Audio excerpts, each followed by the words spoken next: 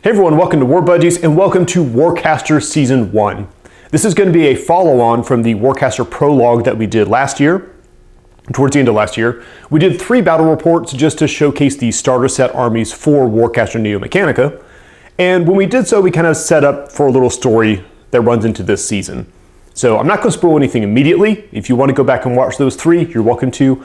Otherwise, I will summarize in a few seconds. So the battle for Jericho Reach told the story of the little world of Jericho Reach, and it was being fought over between the Marcher worlds, which are kind of the rebel outlier faction, and the Turnus Continuum, sort of the immortality murder cult sort of faction. And they've been fighting over this world and its resources. It's got a lot of arcanescence on it. And one day the Iron Star Alliance shows up, by mistake funnily enough, and they bring the Lawgiver, this massive warship, into orbit, and they suppress the Continuum, and they actually board the Leylee Sunrise, which is the flagship of the Marcher World's Warcaster, and they bring it down and crash it into the planet's surface, because you got to make a statement with these kind of things. So on that day, Jericho Reach fell and is now technically part of the Iron Star Alliance. Until it's not. So we're picking up, it's been several weeks since then, and the ISA has started to figure out that some of the problems they thought that they had fixed have not been fixed. But we'll pick up with that in a story time here in a second. So the way the season is going to run is it's going to be probably about 9 or 10 episodes total. It's going to come out every other Sunday. If you're wondering why today comes out on a Saturday, it's because I wrote the date down wrong when I did the trailer, but I can't back out now because I did the trailer, so it's coming out today. But from now on, every other Sunday. It's going to be alternated with our Fallout campaign that's happening on alternating days. I'm still building up the studio collection, so what you're going to see is more units are being added as the episodes go on. We're still going to start with the basic starter set. We've added on some basic squads to that, and we're going to build up and kind of show you guys some of the attachments, the heroes, just the cool stuff that exists within the world of Warcaster. These are narrative battle reports, fair warning. So there's going to be a lot of custom scenarios. They may not be balanced. I'd still like to hear you guys input on them, but everything that you see here is built to sort of tell a story while also playing a game instead of the other way around. And if you're brand new to Warcaster and completely lost with everything I'm saying, there is a video I will link in the description below that goes to a 5-minute crash course in the game. You can watch that, come back, and you should understand a little bit more of what's going on. But that's probably enough of an intro for today. So let me welcome you one and all to Warcaster Narrative Campaign, Season 1, The Return to Jericho Reach.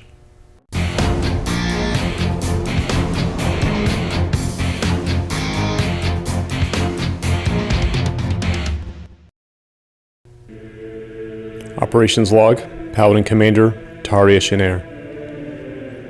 It's been 3 weeks since the Lawgiver arrived at Jericho Reach, and though we've reported the planet as unified, the truth is the Marchers have been fighting back with more power and more ferocity than they should. The official reason is they're well entrenched and they have better supply caches than we do on the surface. But I think there's something else going on. Paladin, so good of you to come see me.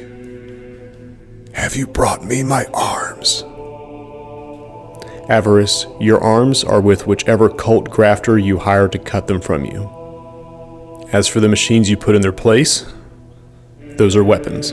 You're not getting them back. Such a pity. If you're not here to talk about my arms, then I assume you're here to talk about the Reach.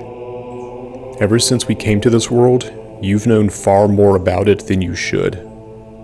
How could I, Paladin? I've not seen the outside of this cell in months. I don't really have the patience for your games, Avarice. Then ask your question. Did you know that team was walking into a trap? Sir, we've secured the objective. Looks to be an empty supply cache. No hostiles. How can there be no hostiles if there is an arc signature from here? Sir, it's a trap. Hostiles! Hostile contact! Lawgiver, we need backup.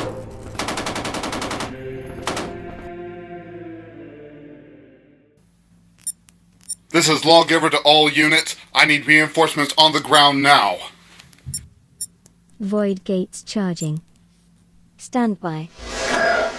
And here's our board for the custom ambush scenario. Our table mat here is provided by Table War, and our terrain is mostly provided by PetSmart, actually. This is mostly aquarium terrain, because I'm cheap like that. So our custom scenario today is going to require a little bit of a setup. So the way it works, we've got 5 deployment points of ISA here in the middle. There's 2 squads, they've got 1 and 2 markings on their base. So 2 squads of Paladins, and then a Paladin Aegis who's going to be attached to Squadron 1 here at the beginning.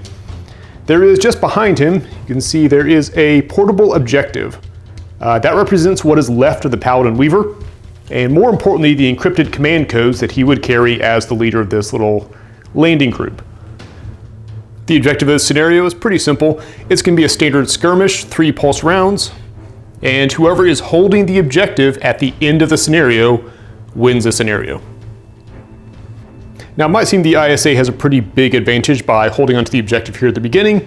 There's going to be 2 problems with that. The first of which, because we just had an explosion, we are going to remove D3-1 models from each of the squads as people can succumb to their injuries. Squad 1 is going to lose 2.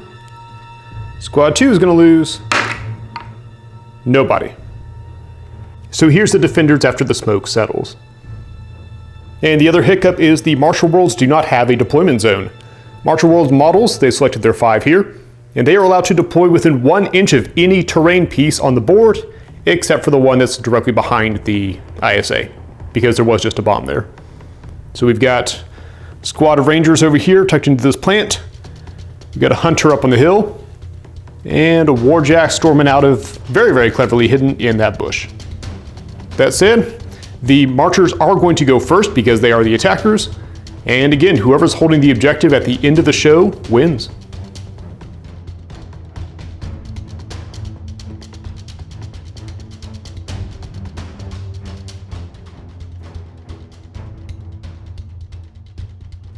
Martial Worlds Warcaster begins by charging the Hunter.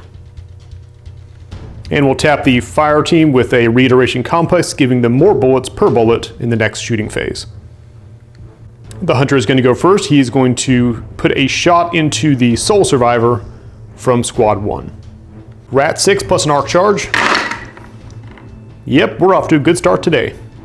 The Paladin is caught out in the open and only has a defense of 3. Oh boy. I really shouldn't have to roll this, but there's nothing I love more than rolling a bunch of dice and setting things on fire and explosions. It's just a fun game. So, POW 4, 6 red die, looking for 3. Yeah, surprisingly close. And he clips him. Paladin goes down. That removes Squad 1 for the most part, so the Aegis is no longer attached to anybody. And then it's his bonus, haha, I'm a Ranger move. He'll take 3 inches back.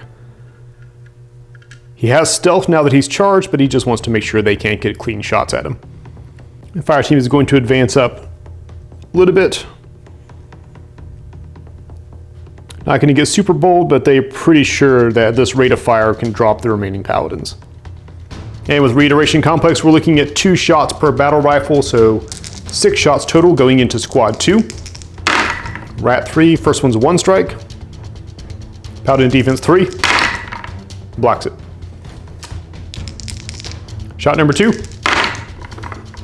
2 strikes. Paladin defense 3. Blocks it 2. Shot number 3. 2 strikes. Paladins holding the line. Shot number 4. 2 strikes. Paladins defense. There we go, 1 finally got through. It says POW 4 and 2 red die, looking to break armor 3. Does not break armor 3. Shot number 5. 3 strikes is good. Paladin defense. Only blocks 1. We're getting there. Trying to beat armor 3 again. There it goes. We finally have a casualty. As the first Paladin somehow goes down after absorbing a preposterous number of bullets, leaving the fire team with only 1 shot remaining. 1 strike. Paladin defense. Blocks it. A single casualty out of that entire volley. Well, the fire team was hoping to do a lot more than that, and frankly, I was expecting a lot more of that too. But their turn is over, moving to Cypher cards. The Warjack is going to receive Arcane Synthesis because they got a really lucky draw on the Cypher deck. And we'll charge him up to 3 Arc. Martial World's Warcaster will neither deploy nor recall, but we'll drop a Void Gate here and put the last 3 Arc on it. So the opening ambush was pretty devastating, but honestly, the Paladins weathered that incredibly well, and now they're going to get the chance to find their footing and retaliate, moving into ISA turn 1. Start the ISA turn, the Warcaster charges squad 2 with 1 Arc. And we'll follow up with Force Barrier on the same squad, which will give all of them cover. Unfortunately, the Aegis is an attachment and not a solo, so ISA is only going to get to act with 1 unit this turn, and they're going to try kind of a bold play. The squad 2 is going to move up to engage the newcomers, and essentially try to buy some room for the Aegis. Since on the Martial World's turn, the only thing that's going to happen is this thing's coming, and there's not much they can do about him. Since they are charged, they are allowed to fight with both their rifles and their bayonets, so we're going to do the bayonets first into the squad right in front of them. Mat 3 with 1 charge. See, that's how you roll an attack. Fire team's defense 3. And blocks 3, so takes 2 red die. Bayonet is PAL 3, turn to break armor of 3. Breaks it in half. Probably not exactly in half, but you get the idea. Second bayonet. Yeah, 3 strikes is not bad. Defense 3. Okay, we got 1 through. Again, trying to break armor 3. There it is. And another one goes down. All right, we still got the 2 assault rifles to go, and here's where the choices get interesting. Rather than just try to annihilate this last guy, these guys have been rolling pretty well. So we've got a gate here that they could try to knock stuff off of, defense 3, armor 5. Or the Dusk Wolf, defense 3, armor 4. So they're going to shoot the Dusk Wolf. So maybe, just maybe, by the power of the Iron Star Alliance, they can do something to this guy. Holy crap. They just might. Dusk Wolf has a defense of 3 and only blocks 2. All right, Dusk Wolf is armor 4. We are now rolling 4 red die and 4 white die on the first assault rifle shot for the Alliance. Oh my god. That's a hit. That's a hit. Dusk Wolf goes down to 1 health in the first volley. If I haven't mentioned it before, I think this game is fantastically cinematic in all ways, but especially this way. And the final assault rifle shot. Only 3 strikes. Dusk Wolf defense 3. Well, he doesn't block any. Oh my god, this might be it. All right, so 3 red die and a POW 4 weapon. And they do it. So the railgun-toting ranger pops his way out of this bush and just immediately riddled with bullets and collapses into a heap. Somebody in the comments remind me, I need to paint little honor medals on these 2 dudes right here. They weathered the storm, ran up, knifed 2 of these guys, turned around and shot down a Warjack. Welcome to the IS frickin' A Jericho Reach. And just to add insult to injury, Warcaster plays Temporal Cycle, just so that the most dangerous models on the board can go again next turn. And very importantly, that just opened up a giant hole in the Martial World's defenses opposite their Void Gate. So the Rangers, or Paladins, excuse me, going to drop Void Gate 5 inches back, and they're going to load it with 5 Arc. So the plan is, if they can get the objective on this side of it, because it's really hard to outrun the Martial Worlds, but if you can get on that side and build yourself up a fortification, you might be in business. All right, absolutely amazing opening round. The Warcaster draws back up to 5 cards, and we are on to turn 2. Well, wherever the Martial Worlds Warcaster is hiding, they are no doubt very, very surprised at this turn of events. But the only real positive for it is that means we can go and remove activations, since the only 2 survivors of the ambush have already gone. And follow up by adding another charge to the gate, bringing it up to 4 Arc. Not a whole lot of help from the Cypher deck as they have drawn all 4 of the Fury cards, so we're just going to move straight on to actions. The Hunter is going to do Hunter things. He will move up to the edge of the little balcony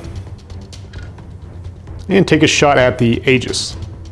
He will take a shot at the Aegis holding the objective. Rat 6 with a charge. Only, well, 5 still pretty good. Aegis is out in the open, defense 3. Only blocks 2. Out 4 with 3 red die, armor 3. And there it is. Really expected that to happen in like the opening volley. So Aegis goes down and has now dropped the objective right there. Hunter makes a 3-inch move. The lone fire team member would actually love to go grab that objective, but with speed of 6, he is just out of range having to go around these paladins. So he's going to draw his little fusion blade there and try to do the stab stab. Stab stab, 3 mat.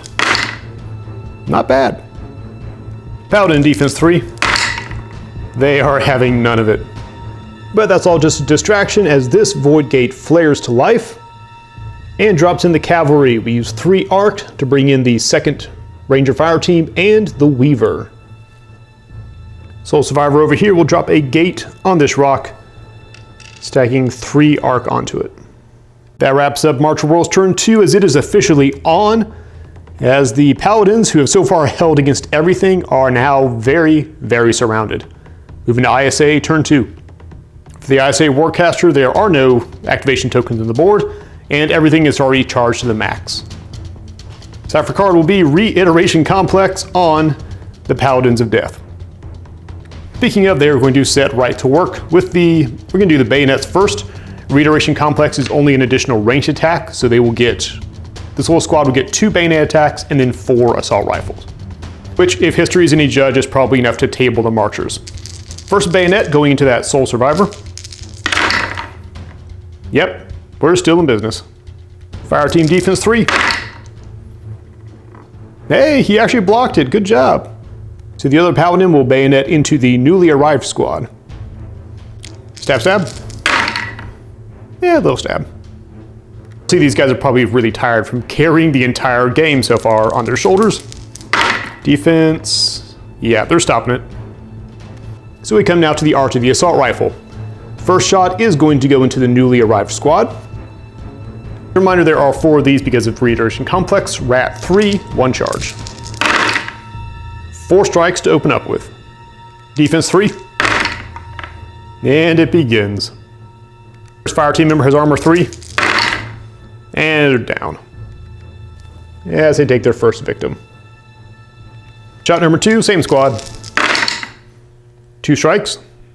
Defense 3. Blocked. Third shot, same squad. That's more like it. Paladins got a little insulted that they missed with that last one. Defense 2, that's not going to go well. Oh, 4, 3 red die. Paste. Victim number 2. And final shot. 3 strikes.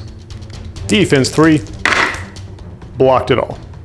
Now the combat actions are done. This is actually my first time playing with portable objectives, so interesting note, they're going to move along. When a model contacts the objective, they immediately pick it up. So he's going to move 3 inches back, pick up the objective, and 3 more inches to tuck into this corner right here. His buddy will follow up. They will stand there and they will absolutely dare anybody on this board to come and take it. Unfortunately, Cypher cards are not much help, but that's not the point. We've got 5 arc here and a whole bunch of people just waiting to come through that gate. And 5 points of backup has indeed arrived. We got a Firebrand, Squad 1 is back, and the replacement Weaver, who was totally not informed as to what happened to his predecessor. And they will follow up with a 3 arc gate just around the back here. Hopefully, if everything goes to plan, can cover their retreat back around into some open area, try to fend off the marchers and keep them at bay. Moving into marchers, turn 3. At the start of March of Worlds turn 3, the Warcaster is going to elect not to charge anyone. There's only 2 arc left in the bank, and they want to use them both for some fury attacks. Speaking of which, first hover card will be Instability Equation on the death-defying, immortal, superpowered Paladins. Weaver has Focus 4 and 2 Arc in the tank. Wow, that's not impressive at all. I feel like the Marchers were really caught off guard at this first turn, which honestly I think most of us were. So they're just kind of on the back foot here. Force Barrier is still up on that squad, so they will count as being in cover. And they block it. It is a blast weapon, so they will still generate a base 4 damage roll. The compound armor will give the Paladins 4 armor. Hey, and 1 finally drops. No lie, that is probably the biggest victory of the turn right there.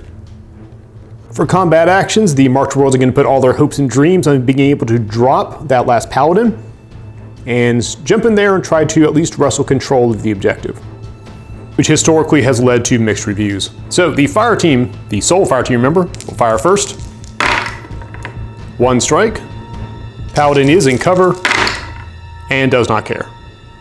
But the mighty heroic fire team member will jump in here. 6 inches up, mostly just try to clog up the movement here and prevent them from forming up a little shell. Coalition Weaver fires his handgun, same target. 3 strikes. Paladin still in cover. He still does not care. Yeah, so don't be surprised when tournaments start getting filled full of Paladins because apparently they are ludicrously powered. Weaver is going to finish up his move. He's going to hustle into here. He doesn't really want to charge because he's too valuable, but he does want to get some cover from all that. Final software card play is going to be Pyrokinetic Surge on, you guessed it, the same Paladin. Still has 2 Arc in the tank. 4 strikes is pretty good. Paladin is still in cover with Force Barrier. And he blocks. What is even going on with this game? I'm just going to point out, I did 2 playtests of this scenario, and this is not how it went ever. So, of course, wait for the camera to be on. And activation tokens, both of them, and the Dusk Wolf will appear out of this gate, up here in the rock. Both gates are in play for the Marchers, so they will not place anymore. Still not having much luck getting rid of that 1 freaking Paladin. And if they play their cards right, the ISA could have a breakout move here and make life really difficult for the Marchers. Moved into the last part of Pulse Round 1. Start of the Warcaster turn, they're going to charge the Paladin Weaver.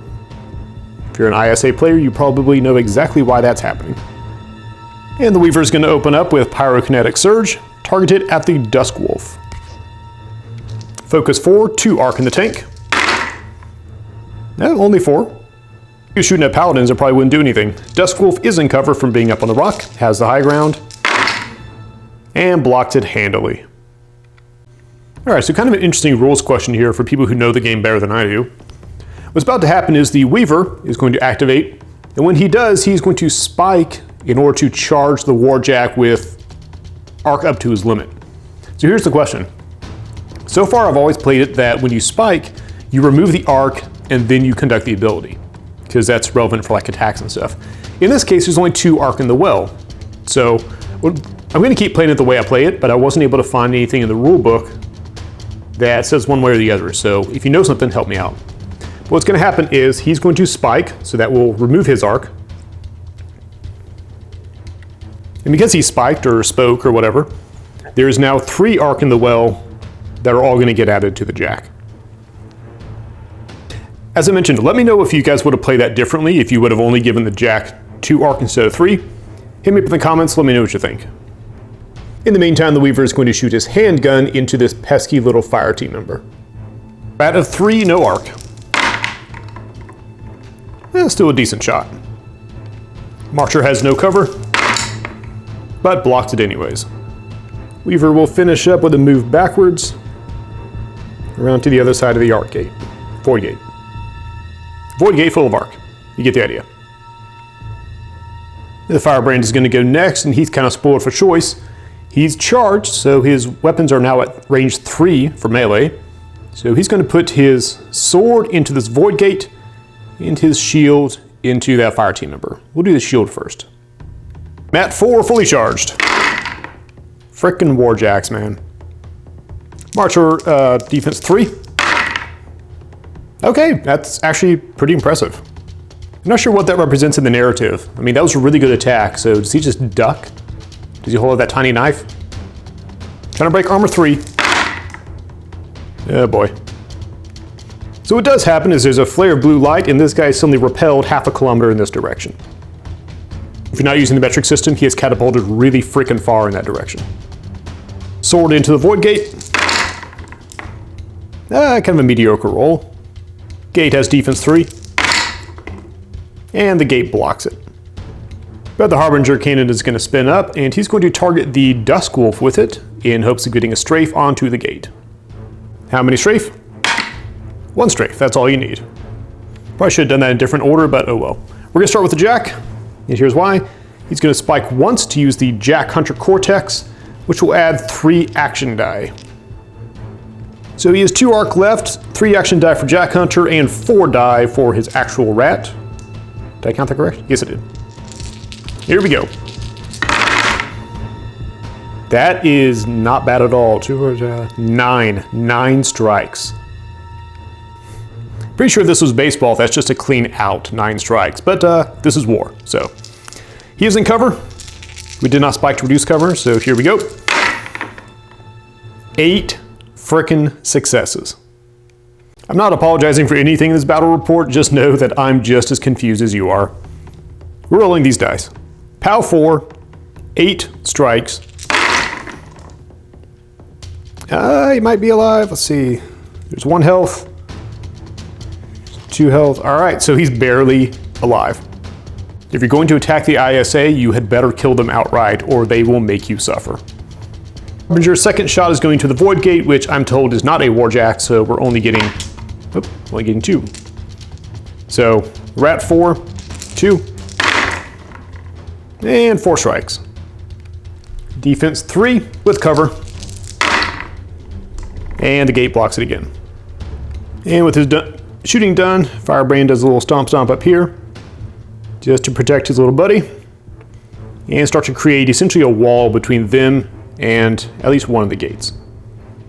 Final cipher card, the Weaver is going to play Instability Equation, try to throw a blast effect onto the Dusk Wolf. Focus 4, only 1 arc in the tank. Not a bad roll though. 7 successes, defense 3 in cover. Oh, 1, 2, 3, 4. So 1 success, all right. POW 4, 1 success, got to shoot through armor 4 in order to kill him. And he survives. Meanwhile, POW 4 ricochets over onto the Void Gate and does nothing. Void Gate is going to shimmer and shimmy and drop a Paladin Commander onto the board. And the Paladins drop a Void Gate up here with 2 arc on it. All right, and that wraps up Pulse Round 1. What a freaking turn. What started off as a devastating ambush has now completely turntabled and table-turned, and now the Marchers are on the back foot, trying to scrabble in. Still just 1 objective, so even with a few people, they can still win if they can get a hold of that, and then keep it away from the ISA. Moving into Pulse Round 2.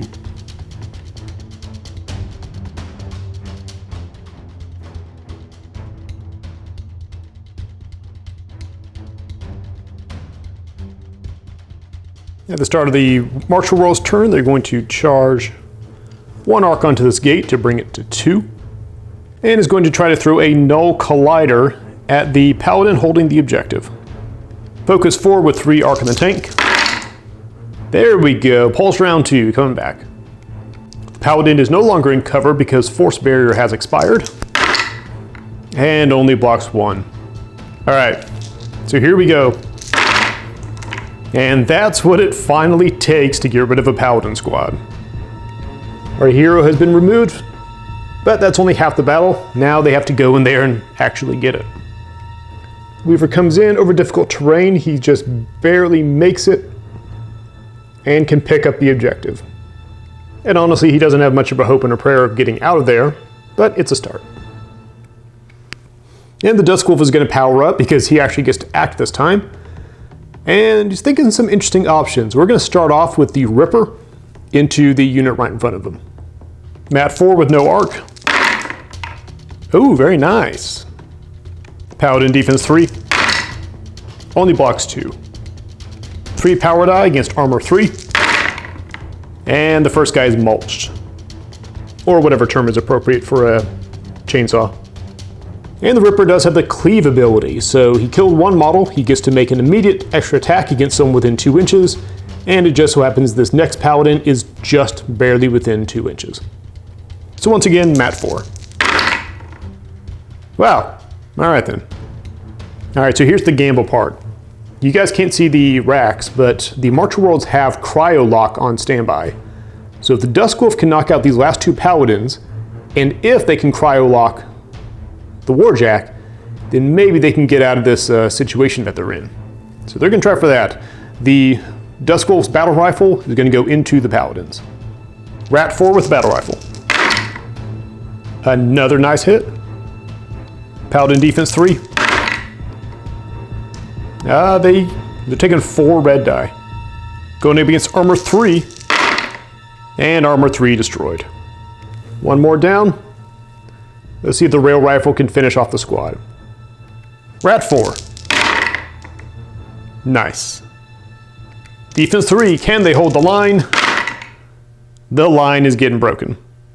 I mean, the line is also one guy, so it's whatever. The Mark II Problem Solver is a POW 5 weapon with 3 power. Actually, just barely gets him. Rail Rifle deletion, and that squad is no more. The Weaver is going to try to slap a Cryo Lock onto the Firebrand from like a millimeter away. The good news is all you have to do with Cryo Lock is hit. You don't have to do damage. So he's got 3 arc in the tank and 4 focus. Oh, you just might survive this one, buddy. That is 6 strikes against defense 3. Yeah, it was technically possible, but very unlikely. So the Weaver brings his staff around, taps the Warjack, and its joints freeze up as its Cortex struggles to try to make it move. Void Gate here on the rock collapses and spits out a full fire team. And the Weaver drops a Void Gate into this hole right here, more as a barricade than anything else, and we'll stack 3 arc on it. Marcher Worlds draws back up to 5 cards, and they have seized a really good opportunity here. The squad was utterly wiped out by the Duskwolf, which is hanging on by 1 health. Managed to Cryo Lock the Firebrand, so there's no one on this side of the little barricade that can help him. We still have the Paladin Commander and the Weaver on the other side. Still got Void Gates in play, so it's still anybody's game, but it's not quite so slanted for the ISA now. Now we gotta fight for it. What's the opposite of hot potato? Alright, at the start of the ISA turn, charge the Commander with 1 arc. In the spirit of moves and counter moves, we're going to play the Aggression Theorem cipher on the Firebrand, which will make him immediately make a melee or ranged attack. So the Will of the Warcaster reaches out, manages to punch just through the Cryo Lock, and that sword arm suddenly twitches. By twitches, I mean Mat 4 with 2 arc. I don't know, maybe not. Weaver has defense 4. Wait, does he? Weaver has defense 4. And he blocks it. Well done. Paladin Commander moves up 6. Here near the rock. He's got a mind to sort of clear out some of these opponents if she's lucky. And try to stab the Duskwolf with her sword. 1 charge. Mat 4. Not a great start. Duskwolf has defense 3. Oh, wow. Sword tears into his ankles or ankle joints or whatever he's got. And drop him.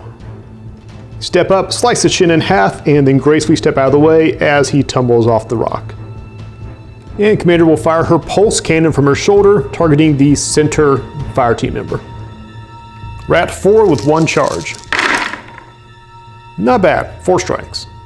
Fire team is defense 3 and in cover. So he blocks it. There's a blast weapon, so the original target will take a POW 3 hit.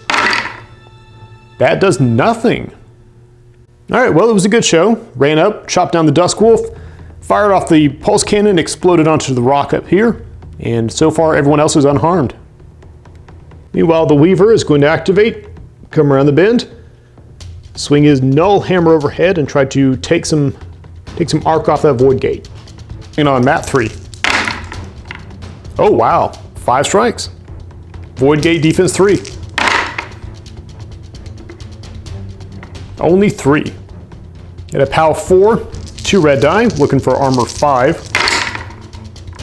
24, not quite. This hammer does have the null strike, so automatically just by hitting it, 1 arc is removed. Final cipher card, the ISA Warcaster plays Encrypted Command on the Paladin Commander, removing her activation token.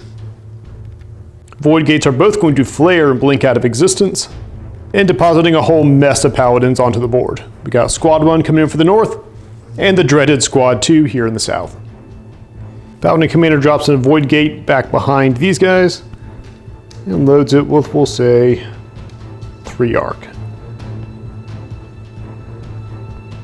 Start of the March World's turn, they will charge the fire team that appeared here on the rocks. That fire team will also receive a divination algorithm, which gives their weapons +1 range and +1 POW until the end of the pulse round. And from their vantage point, they are going to try to pour fire into the Firebrand Warjack. First shot is going to be Rat 3 with 1 charge. 4 strikes. Warjack is defense 3. Only blocks 2. Battle Rifles are POW 5 now, trying to break armor 4. And they don't. Shot number 2. That's probably not good. Warjack defense. Doesn't block it. They hit armor 4. See that? Gets through, 1 point off. And the final shot. 2 strikes. Warjack defense. And blocks that one. So not as effective as they were hoping. Leader's going to drop down 2 inches and then move out here, followed by their team members. From his vantage point on high, the hunter is going to move up to the edge and do the classic hunter thing. He's actually also going to shoot at the Warjack, and if he's half as lucky as these Paladins have been, he should be just fine. 1 arc, Rat 6. Okay, not bad. 4 strikes, Firebrand. Only 1 gets through. POW 4 trying to break armor 4. Hey, breaks armor 4. Firebrand down to 1 health, but still standing. Hunter does what hunters do, moves back. March World's Warcaster plays Displacement Index on the squad. It's going to move them 3 inches up. And the Weaver feels like he's finally getting some support around here. And just to add a bit more devastation to all the chaos happening, the Dusk Wolf returns to the party. Fire team member decides to take a bit of a bold play. He's going to drop a 2 arc gate back here on the hope that they can get the objective and try to head for open ground. I think it's a little funny that the game's half over and that objective has not moved more than 5 linear inches anywhere. ISA's turn, the Warcaster charges the Squad 2 with 1 arc and will drop Plexus Densifier on them, giving them +2 armor but -1 speed for the rest of the pulse round. Paladin Commander sees an opportunity. He's going to shuffle up into this gap here and take a stab at the Weaver. Mat 4 and 1 arc. 3 strikes. Weaver has defense 4. And 1 gets through. Sword is POW 4. 3, 4, 5. Let me check his armor. Weaver is armor 3, so he takes 1 point of damage from all that. It's getting really crowded in here. The commander is then going to fire her pulse cannon, shoulder mounted thing, into the center of this fire team. Rat 4 with 1 arc. 3 strikes. Defense 3. Blocks it. As before, pulse cannon is a blast, so POW 3 to the target. That's enough to remove him. Center guy goes down.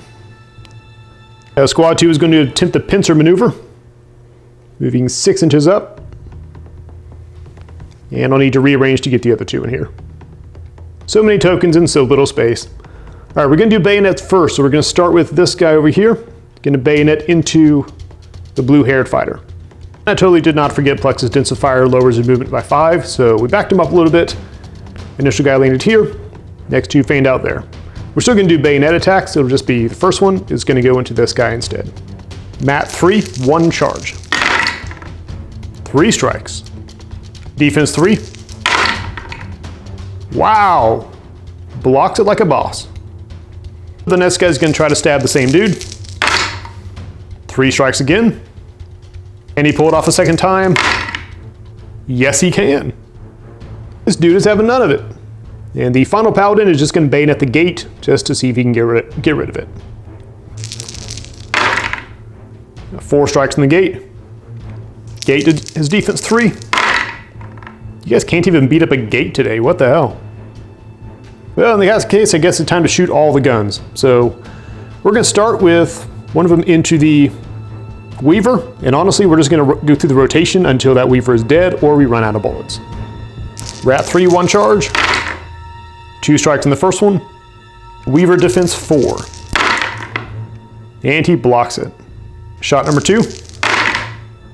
Bit better, 4 strikes. Weaver defense 4. Blocks all but 1. The 1 gets through on a power 4 weapon. We've got armor 3 to go through and only 1 health. There it is. Not even going to bother keeping count of how many times we drop this thing. The objective is back in play. And the final shot is going to go into that fire team right in front of them. Shooting the bullets. You shot 1 bullet. Deflecting the bullet. You deflect the bullet. All right, so that was an interesting turn of events. We've got a fire team easily within range to grab the thing and try to make a run for it, but they're not going to have a whole lot of places to run to at this point in time. Meanwhile, to close out the cipher cards, Annihilation Vector. So the Firebrand is going to make a melee attack against the Dusk Wolf with a POW equal to his strength, and if he hits, the Dusk Wolf will suffer the system failure effect. Making a melee attack with Mat 4, 2 arc. This is probably going to hit. Dusk Wolf has defense 3. Oh yeah. So 5 power die and strength 4. Wow. Remind myself of the armor real quick. Yep, it's armor 4. So that's a health. That's a health. He goes down to 1 health and he will suffer system failure. So on a 1 to 3, his melee weapons will turn off. On a 4 to 6, his ranged weapons will turn off. That is terrible news. So he's now just a walking chainsaw, which honestly there's worse career choices to make. All right, so the ISA is in an interesting position of not having anyone to summon. The only one who's not on the board is the Aegis. And they can't drop another gate because all the arc is on the board. And honestly, they're pretty happy with that. Given the situation is right now, as long as their dice continue to be amazing, they're in a pretty good space. So we're gonna move into turn 3 of Pulse Round 2.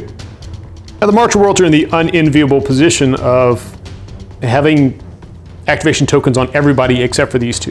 So they're only gonna get 1 move. So it's either 1 dude in the middle of nowhere, or it's a mostly crippled, barely living Dusk Wolf. But you can't go wrong with charging Warjacks. So you can put an arc on him and see if he can dispense with the Firebrand here in a second. But in a flash of potential usefulness for this guy, I'm gonna play Mortality Destabilizer and return 1 member of his squad back into action. I'm pretty sure that guy's just been sitting there since, mostly since the start of the game almost. All right, the obvious choice here is going to be to activate the Dusk Wolf, who's going to tear into the Firebrand with his Ripper. Mat 4 with 1 arc, and only 1 strike. Defense 3 on the Firebrand. He's fine. But in the last spiteful effort, he's going to try to Annihilation Vector the Firebrand right back. Mat 4. All right, 2 strikes this time. Firebrand defense 3. He blocks it. And a brand new right out the box Weaver will show up on the far edge. That pretty well clears the board for Marcher Worlds. It's really turning into kind of a mess in here. We got 2 Warjacks, neither of which was really holding on very well. We got a bunch of squads on each side. We got people everywhere. It's turned into a mess. This is just an intense game of tug of war over that 1 objective. So let's move into turn 3 ISA and we'll close out Pulse Round 2. All right, started the ISA's turn. The only ones without an activation token is Squad 1 back here. And there's Arc all over the board, so there's no Arc in the well right now. But rather than activate the squad over here, Warcaster is going to use Impulse Inducer.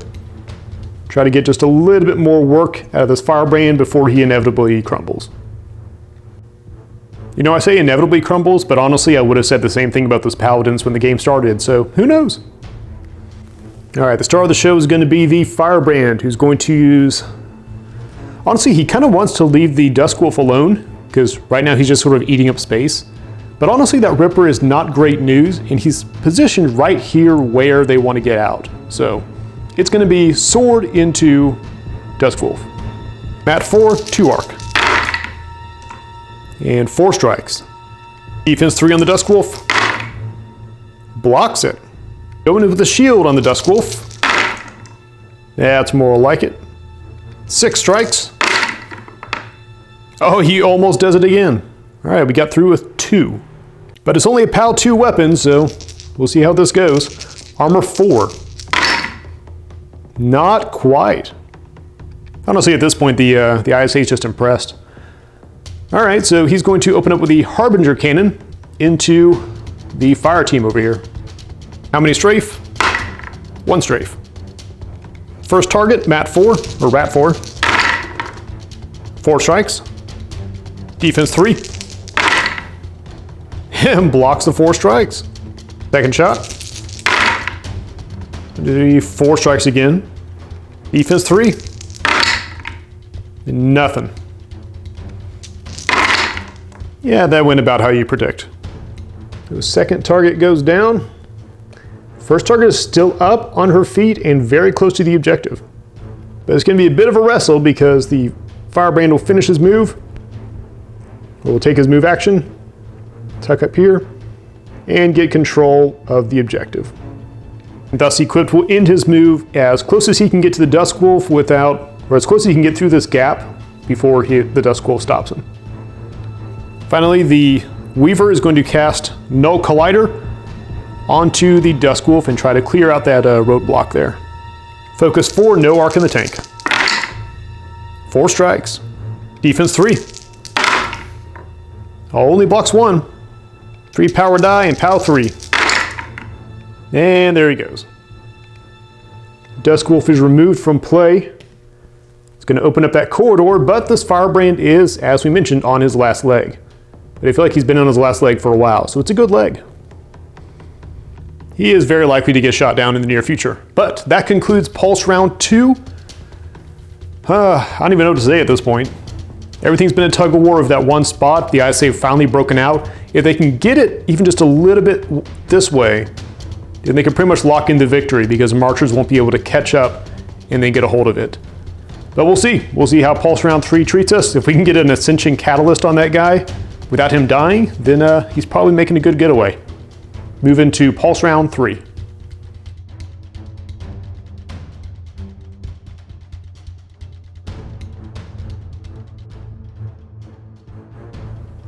All right, opening up Pulse Round 3, the Marcher World's Warcaster is going to charge this unit here. See if they can be the sleeping heroes we all knew they could be. First, the Weaver is going to throw Instability Equation onto the Firebrand, see if he can bring that thing down. Focus 4, 2 Arc in the tank, and 4 strikes. Firebrand rolling Defense 3, and blocks it. Well done. Goes to take a POW 4 hit, and with Armor 4, this might do it in. Here we go. Wow, completely ricocheted off the shield, and he is just fine. Well, the fire team here is going to open up with their battle rifles into the Warjack. Rat 3 with 1 Arc. 3 strikes. Defense 3. He blocks it. Second shot. 3 strikes again. And Defense 3. Only 2. He's going to spike to reroll a defense roll. He's trying to keep alive a little bit longer. And he blocks it. Brings him down to 1 Arc, but still in the fight.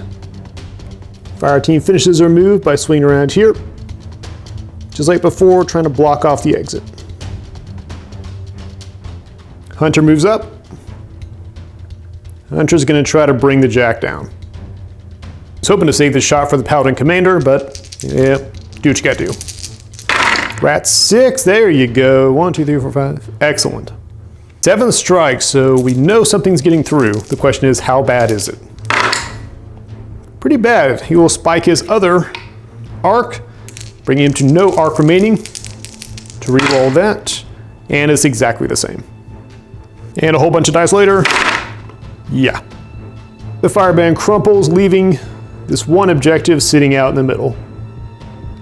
Hunter moves sideways, actually, just to mix things up. Then just as a final aha, putting displacement index on this squad, it will move up 3 inches and take the objective.